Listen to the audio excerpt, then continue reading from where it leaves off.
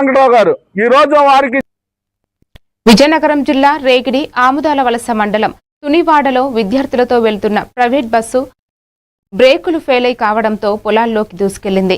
ప్రమాద సమయంలో బస్సులో 6 విద్యార్థులు ఉండగా 9వ తరగతి విద్యార్థిని పల్లెమిదునకు తీవ్ర గాయాలు అయ్యాయి.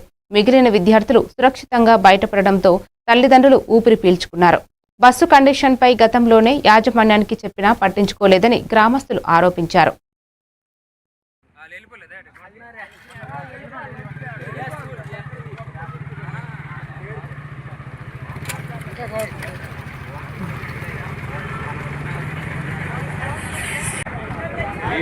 స్టార్ట్ అయిపోయింది.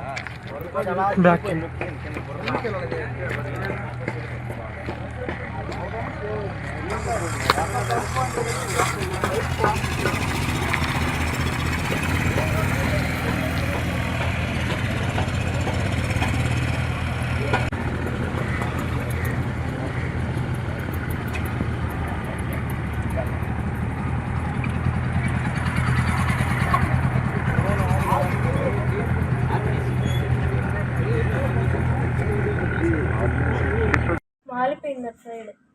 అందుకే వాళ్ళందరూ దూకేశారు, కానీ నేను ముందు కాలు నా బస్సు నా కాలు మీద పడుతుంది.